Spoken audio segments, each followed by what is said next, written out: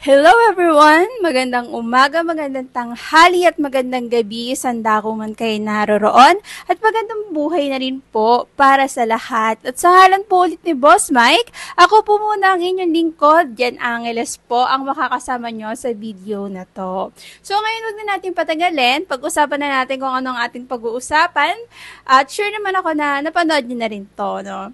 Ito yung hearing last time ni Tony Yang, no, na kasama nila Alice Guho din. Pero kung maiinis ka kila Alice Guho kasi sinungaling sila, mas maiinis ka dito. Grabe na mapapanood nyo na talaga no, kung gaano nila gaguhin ng Congress at Senate. Diba? Nakakainis lang kasi alam na alam nila kung paano papaikutin, kung paano makikipaggaguhan, kung paano makikipaglaro, diba? Kasi Tony Yang, kahit konting English at Tagalog, Bisaya, hindi ka marunong. Sa tagal mo dito sa Pilipinas, nakapagparehistro ka nga dito eh. Diba? Rehistrado ka sa Pilipinas, late registered, pero hindi ka makapagsalita ng Tagalog, ng Bisaya. Diba? Kahit English, hindi ka marunong.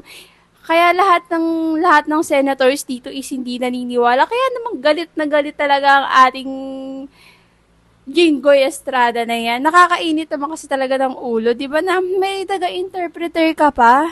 Parang nakakaurat yung ganyang hearing na hindi ka makausap directly kasi may interpreter ka pa. Pinapahirapan mo yung mga tao dyan sa Senate eh.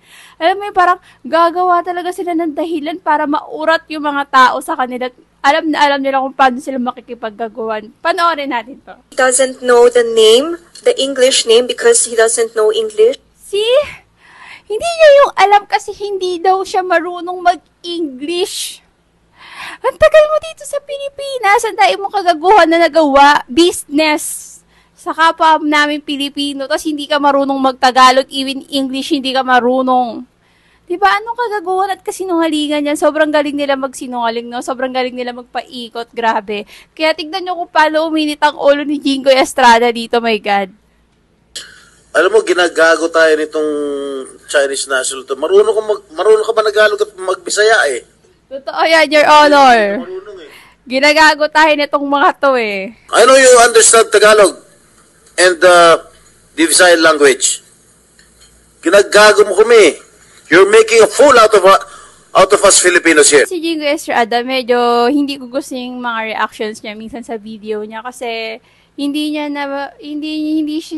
nako-control yung emotions niya, lalo na yung galit niya. No? Pero hindi mo rin kasi masisisi eh, 'di ba? Kahit sino, kahit ikaw na nanonood lang, magagalit ka talaga, maiinis ka talaga. What more pa dun sa mga tao na nandun sa harap nung tao na yan, ni Tony Yang, 'di ba? Iinit talaga yung ulo mo kasi 'di ba alam na alam nila kung paano nila lokohin at gaguhin yung mga tao sa Senate na hello, ang tagal mo na dito sa Pilipinas. Ang tayo mo ng kagaguhan na nagawa. Tapos kahit English hindi ka marunong, konting Tagalog hindi ka marunong. Kailangan Mandarin talaga. Alam mo, parang nakakaurat kasi kung may kakausapin kang tao na hindi directly na siya yung makakausap mo, may interpreter pa, di ba? Nakakainis. Panoorin nga lang mauurat kayo, lalo na pag ikaw pa yung kausap, may God, minsan nakakainis yung mga reactions ni Jinggoy Estrada, pero hindi niya siya masisisi. Alam mo, hindi natin siya masisisi kasi nakakainit talaga ng ulo. Kaya believe talaga ako kay Senator Risa Hontiveros na nakokontrol nila yung patience nila no, sa mga ganyang klase ng tao. Tuloy natin to. It's really saddening na kung paano tayo paiikutin at babastusin lang nitong mga Chinese nationals na ito.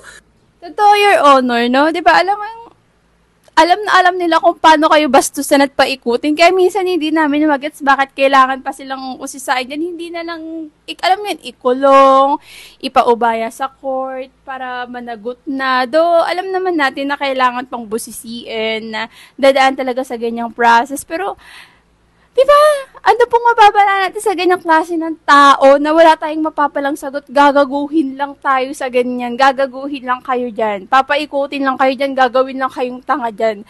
Diba, nakakaurat yung mga ganyang klase ng tao na alam mo yun, pero ang pagkakaalam ko, itong si Tony Yang is marunong naman siya, nakakaintindi naman siya ng Tagalog.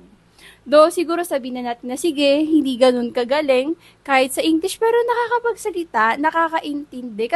Yan, go. Tuloy natin. Madam Chair, let me also ask, nung nahuli po kayo, Mr. Tony Yang, when you were arrested in Cagayan. Your Honor, nung mahuli siya, nakakaintindi siya ng English. Nagbanggit pa nga siya ng Tagalog dun eh. Nagtagalog pa siya, ang pagkakarinig ko is wala siyang kasama or siya lang mag-isa, pero English siya kinausap doon. So, ibig sabihin, nakakaintindi siya ng English. Diba sabihin na nating hirap makapagsalita, pero nakakaintindi. And sana, alam naman natin na kahit hirap, meron pa rin mga Chinese na tinatry nila magsalita in English. Saka, hello, ang dahil po namin nakakausap ni Boss Mike na mga Chinese, mga Czechwa, di ba? Ikaw na lang yung mahihirapan talaga mag-English pag bobo ka sa English kasi kahit pa paano nakakaintindi naman po sila kahit barok, ganyan, di ba? Pero parang para sa akin, mas madaling kausapin yung ganun kasi may interpreter pa na ganyan na hindi directly mo sasabihin sa kausap mo kung ano yung gusto mong sabihin kasi kailangan mong idaan muna sa interpreter para i-translate dun sa language na gusto nila. Diba? Parang nakakaurat gaguhan talaga ang gusto ng mga taong to eh. Okay, may papanood ako sa inyo. Ito yung time na nahuli siya and makikita natin sa video na English siya kinausap and mukha namang naiintindihan niya. And kung hindi ako nagkakamalit, sumugot siya ng Tagalog dito na konting-konti lang. Pero ang point is, marunong siya mag-Tagalog, nakakaintindi siya ng Tagalog. Go! Understand those rights that I just said to you. Later, you can call. Naririnig nyo ba na English siya kinakausap pero mukha namang naiintindihan niya at hindi siya hirap intindihin, di ba? Kung ano yung sinasabi ng mga umaaresto sa kanila. Meron ditong part na tinanong na tong isang to, yung kasama niya, kung may kasama ba to or may iba pa bang kasama to. Siya mismo yung sumagot na wala akong kasama or wala ako lang mag-isa.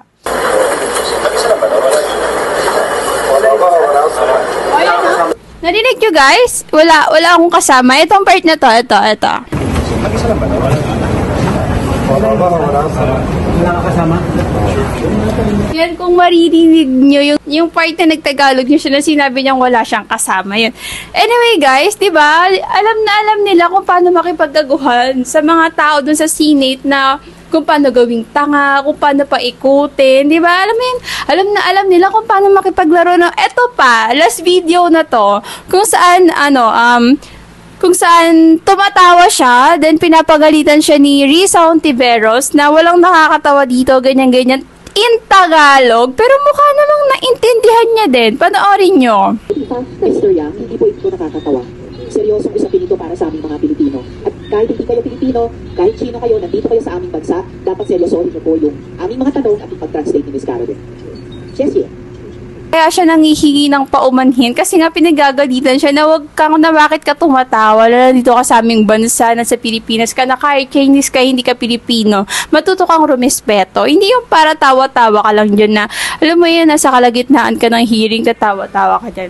Anyway guys, yun lang ang aking masasabi na wala lang, nainis lang ako kasi diba, alam na, ang galing nilang laruin ng gobyerno dito.